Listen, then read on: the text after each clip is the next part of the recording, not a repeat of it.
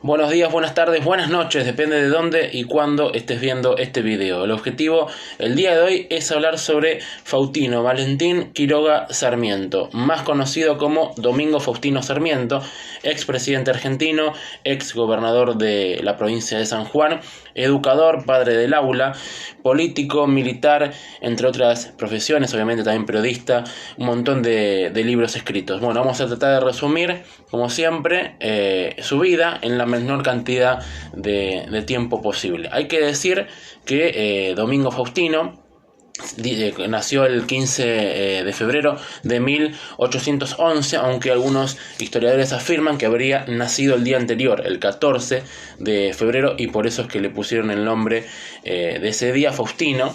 Pero como su madre, que fue Paula Zoila Albarracín Irrazábal, le gustaba mucho el nombre Domingo, bueno, lo empezaron a llamar así, Domingo Faustino Sarmiento. Su padre, José Clemente Quiroga Sarmiento y Funes.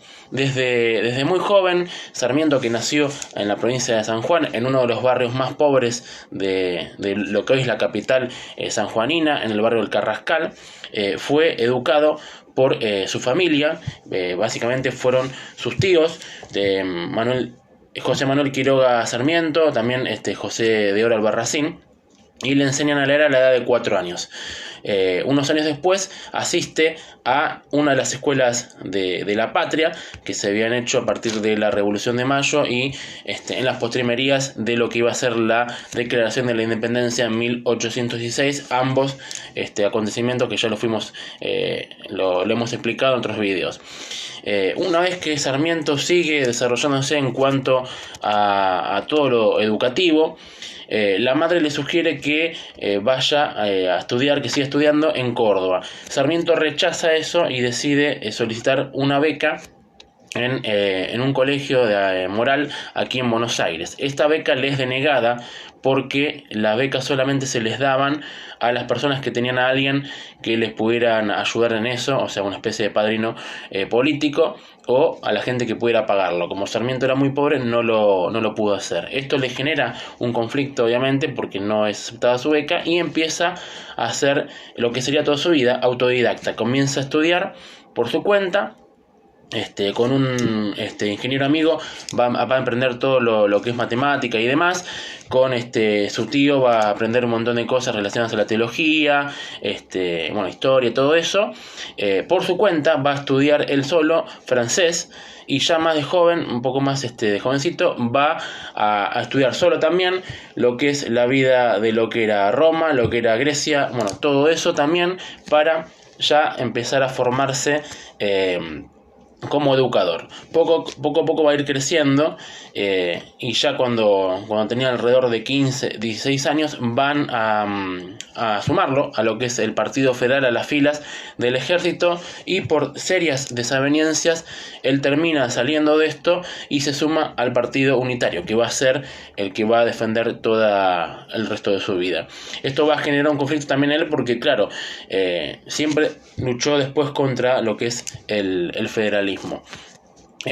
Cuando estamos más o menos en el año 1827, por ahí, empezaba a hacerse conocido, ya era fuerte, el Tigre de los Llanos, Facundo Quiroga, al que él después le va a dedicar un libro, su libro más conocido, Facundo, o Civilización y Barbarie, en donde va a hablar un poco de la figura de este caudillo de La Rioja, que también era pariente lejano de él, pero también para atacar un poco a lo que era otro de los caudillos, el que manejaba todo en la provincia de Buenos Aires, y va a ser el que maneje las relaciones exteriores de la Confederación Argentina, Juan Manuel de Rosas. Antes de eso, conoce a una mujer que se llamó María Jesús del Canto, que va a darle su única hija biológica, Ana Faustina.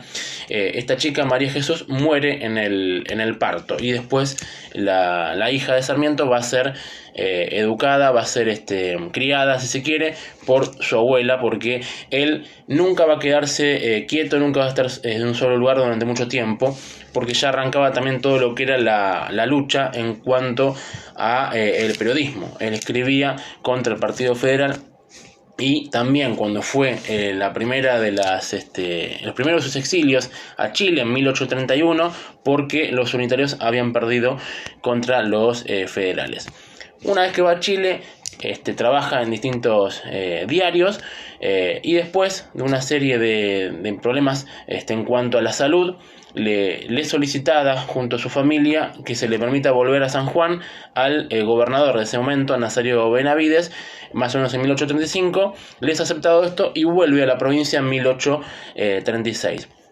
Cuando vuelve, también se encarga de participar de distintas asociaciones, agrupaciones y demás. Va a integrar lo que es la generación del 37. Funda un nuevo diario, uno de los diarios más conocidos de Sarmiento, que es el Sonda. Y a partir de ahí va a criticar con una gran violencia, si se quiere también, a Benavides, a Rosas y a todo lo que él considera que es el atraso del país, que son estos caudillos federales. Obviamente esto le genera un nuevo exilio porque Benavides no soporta la crítica y bueno, tiene que exiliarse nuevamente en Chile. Antes de eso, obviamente le está apresado, le pegan y cuando se va, obviamente con todo el cuerpo lleno de moretones, escribe en una de las rocas ahí en el cruce yendo a Chile, en San Juan, una frase que va a ser muy conocida en todo el tiempo, en toda su historia,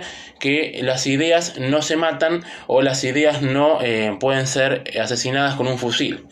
Y la escribe en francés. Cuando Rosas después manda una partida para ver qué era lo que significaba, qué era lo que había escrito, no logran entenderlo, no logran saber el significado por estar escrito en otro idioma, y ahí como que Sarmiento logra hacer ver esto que él quería señalar, como que el atraso del país necesitaba justamente la otra pata.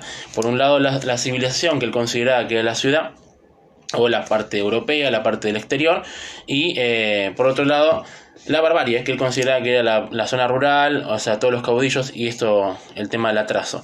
En Chile va a fundar también varios periódicos, va a participar del Mercurio, del Nacional, va a fundar El Progreso, y ahí en el país trasandino, gracias a distintas relaciones que va generando con un representante del Partido Conservador que después va a ser presidente, Manuel Montt, también le permite trabajar en la parte educativa, crear distintas escuelas de preceptores y de todo eso, y va creándose un nombre también en cuanto ya a la educación, en cuanto al país trasandino. Ahí va a empezar a escribir lo que es esta obra que les decía hace un ratito, muy importante, que es Facundo, o Civilización y Barbarie, ¿no? Que habla un poco de la vida de Facundo Quiroga, pero también la mecha con una gran diatriba en contra de Rosas. Ese va a ser el principal leitmotiv, ¿no? Luchar contra Rosas. Y el mismo restaurador de las leyes lo va a destacar en un momento, porque es increíble, decía, cómo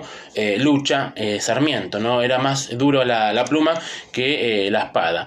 Esto fue en 1845, este libro, lo empieza a escribir en folletines en distintos periódicos y después lo logra hacer en formato de libro, y rápidamente empieza a expandirse y lo empieza a leer mucha gente, se hace muy conocido el libro, para muchos es uno de los más importantes de la historia argentina y ni hablar del siglo XIX.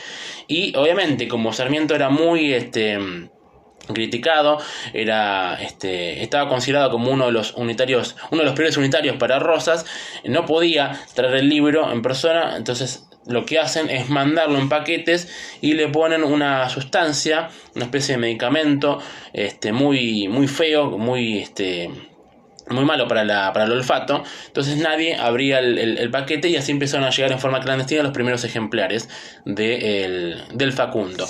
Ya la imagen de Rosas, al pasar los años, muchos años gobernando, se había, estaba muy fuerte por el otro lado, no estaban los unitarios que lo combatían, principalmente desde Montevideo en Uruguay, y Sarmiento, que me echaba ahí en largo exilio en Chile. Después de una serie de años más, también me he echado con el tema de la flota anglo-francés que estaba en el puerto de Buenos Aires. Había también ocurrido lo que era la batalla de Obligado, la vuelta de Obligado, que ya vamos a hablar del tema cuando sea en noviembre.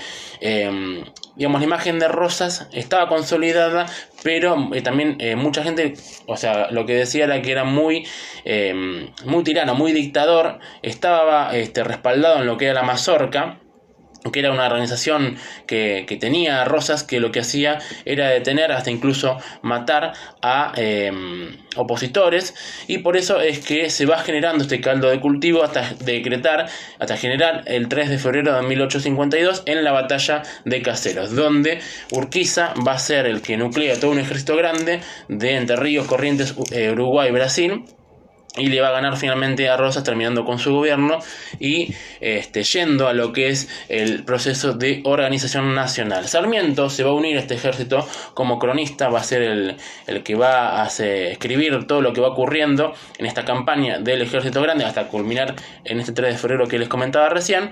Y a pesar de esto, de estar junto a Urquiza, después inmediatamente que termine esto, va a enemistarse, si se quiere, y va a comenzar una dura réplica también contra el gobernador de Entre Ríos, lo que le va a generar también que tenga que irse otra vez hacia Chile.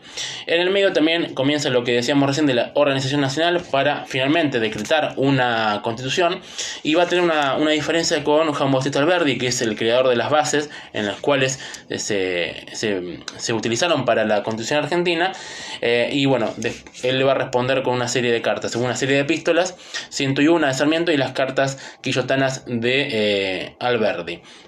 Sarmiento seguía trabajando en lo que era el periodismo, va a después, cuando vuelve a la Argentina, a Buenos Aires, va a integrar también un nuevo diario aquí en la ciudad, y ya metiéndose en la parte política, va a ser electo senador por la ciudad, y va a atacar nuevamente, va a seguir atacando a Urquiza. A medida que pasan los años, el conflicto entre la Confederación Argentina y Buenos Aires, que estaba como estado independiente, se mantiene, y luego dos batallas, primero en Cepeda, donde gana Urquiza, y en Pavón, donde finalmente es derrotado el caudillo entrerriano por Mitre y las fuerzas de Buenos Aires. Ahí se va a empezar a crear lo que es el Estado argentino moderno. Mitre va a ser el primer presidente de lo que son las presidencias históricas. Recuerden que antes había estado Urquiza, pero con la capital en Paraná, en Entre Ríos. Después estuvo Derqui, un cordobés, y finalmente Mitre. En la presidencia de Mitre, a Sarmiento lo designan primero como gobernador interino, luego como gobernador efectivo en San Juan, y va a estar desde 1862 a 1864. En solo 2 años va a crear una serie de obras muy importantes para la provincia, que estaba muy atrasada. Incorpora el alumbrado público, empiedra las calles, foresta, trae árboles y demás, y la provincia mejora notablemente. El tema es que a la vez que ocurre eso, se producen distintos inconvenientes en cuanto a la lucha con caudillos, principalmente con Ángel Vicente de Peñalosa, el Chacho, y después se lo acusa a Sarmiento de ser el instigador del crimen, que va a ser perpetrado por Irrazábal. Por Pablo Irrazábal. Sarmiento se va del cargo, renuncia en 1864, y después de ahí es designado por el gobierno de Mitre para que vaya a Estados Unidos como ministro plenipotenciario. En Estados Unidos se sigue desarrollando su mirada en cuanto a los sistemas educativos. Antes de eso, cuando estuvo en Chile, en su segundo exilio, por el presidente Montt, lo habían enviado para que viera justamente los servicios educativos, los sistemas educativos en un montón de países. En Europa, en el norte de África, en América del Norte.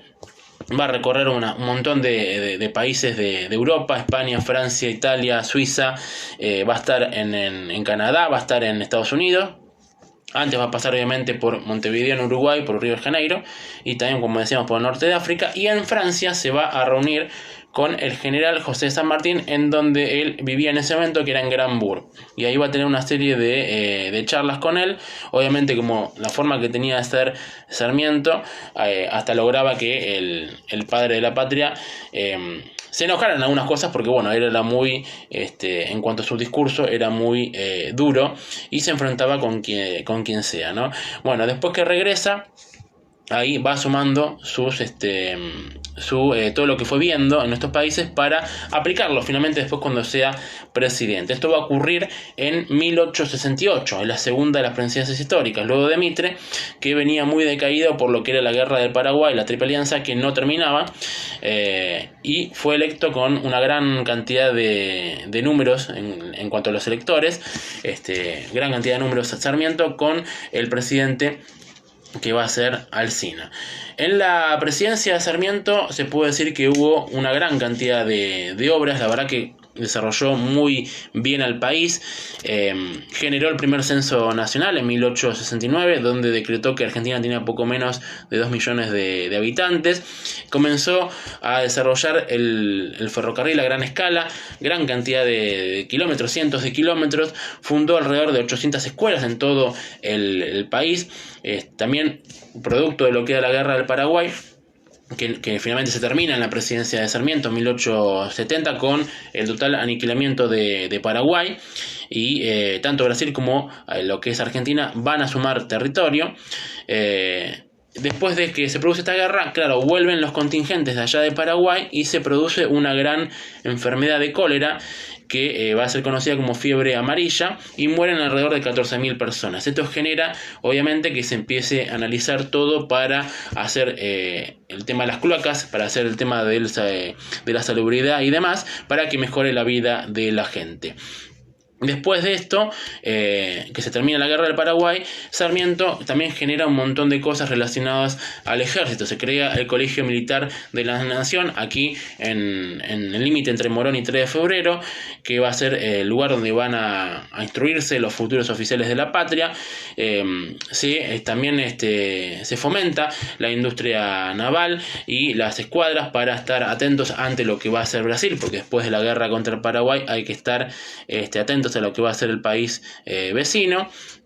Y también una serie de cosas relacionadas en cuanto a la salud, la educación que hablábamos recién.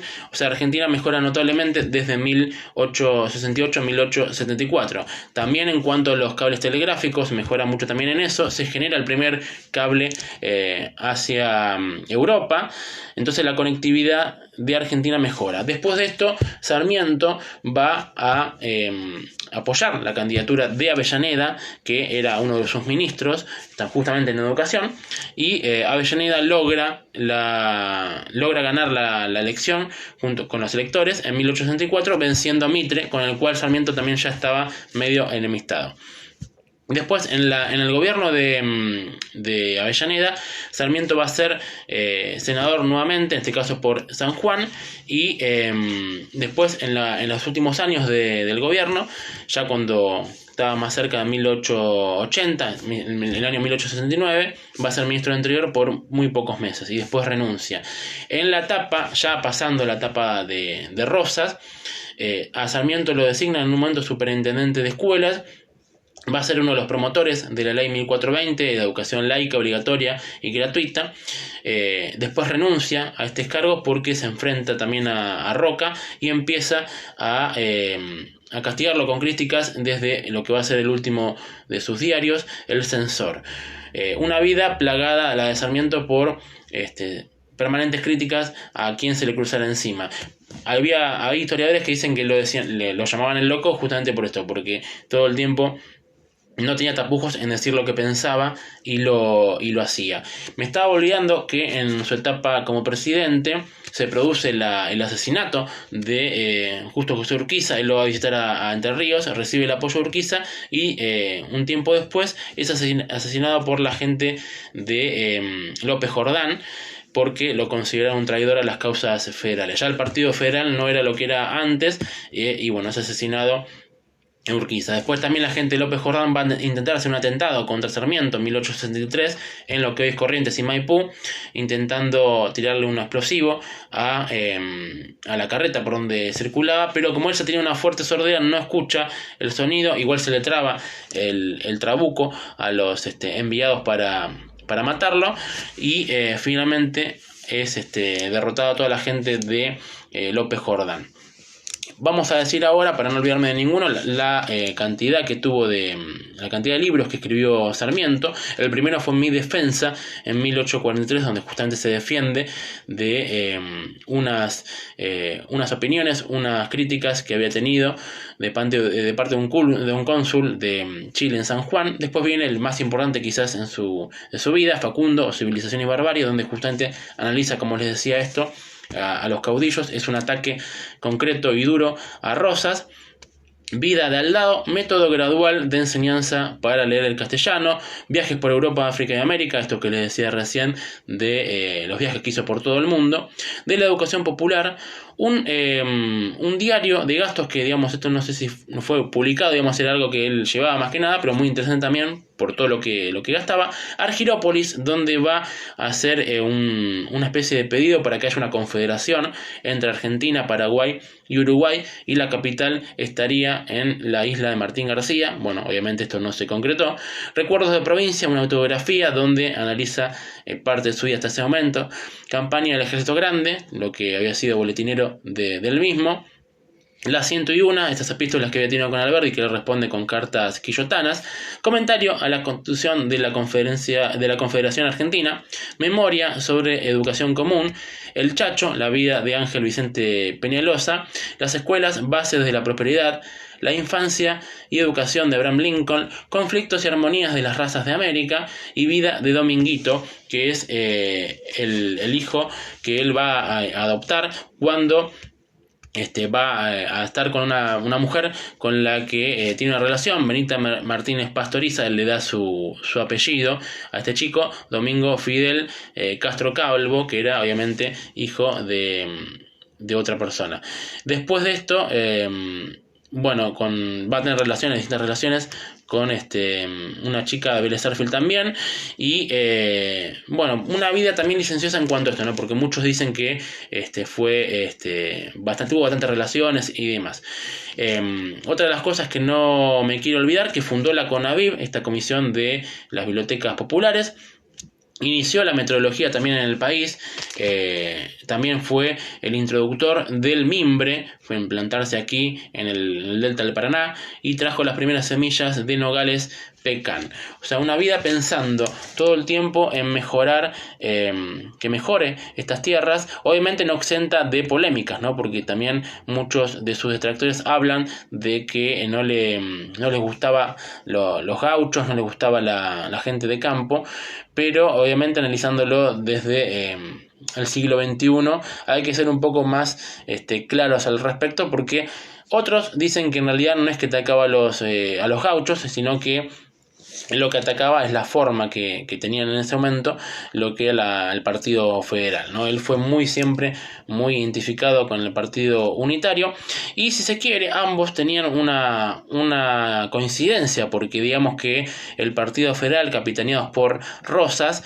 manejando desde la ciudad de Buenos Aires con la aduana, era como una especie de partido centralista, que era lo que buscaba el partido unitario. Finalmente, después de mucha lucha, de mucha pelea, la República Argentina es una república federal, pero que tiene una gran cantidad de desafíos por delante, porque todavía las provincias están como absorbidas por el poder central, ¿no? Y tienen que seguir luchando para recibir estos fondos coparticipables. Para ir cerrando un poco de lo que es la vida de Sarmiento, digamos que es una persona que siempre luchó para que haya educación en Argentina, también para las mujeres, porque en ese momento no había una educación a gran escala para mujeres, por eso es que trajo muchas maestras del exterior, principalmente de Estados Unidos. Y los avances que hubo en la materia son muy importantes, no solo por la cantidad de escuelas creadas, que ya desde chico las había empezado a crear junto a su tío, y también en forma particular, sino por el método de enseñanza, ¿no? Para que se mejore el aprendizaje de la lectura, para que haya conceptos, para que puedan aprender de la mayor cantidad de materias posibles, ¿no? Geografía, historia, introducción cívica, todo lo que ya sabemos, y por eso es considerado el el padre de Laura, ¿no? Cambió radicalmente la educación en Argentina gracias a Sarmiento, y también fundamentalmente gracias a la promulgación de esta ley 1420 de educación laica, obligatoria y gratuita. Bueno, la verdad, espero que les haya gustado el video. Si les quedó alguna consulta o algo, me lo pueden dejar ahí en los comentarios. Obviamente siempre uno se puede olvidar algo, pero una vida de un argentino notable, con sus inconvenientes, con sus contradicciones, con aciertos y virtudes, y con aciertos, con problemas, con inconvenientes, pero no lejano de mejorar la vida de la Argentina. Que tengan un buen día, viva la patria, viva Argentina, seguimos en contacto.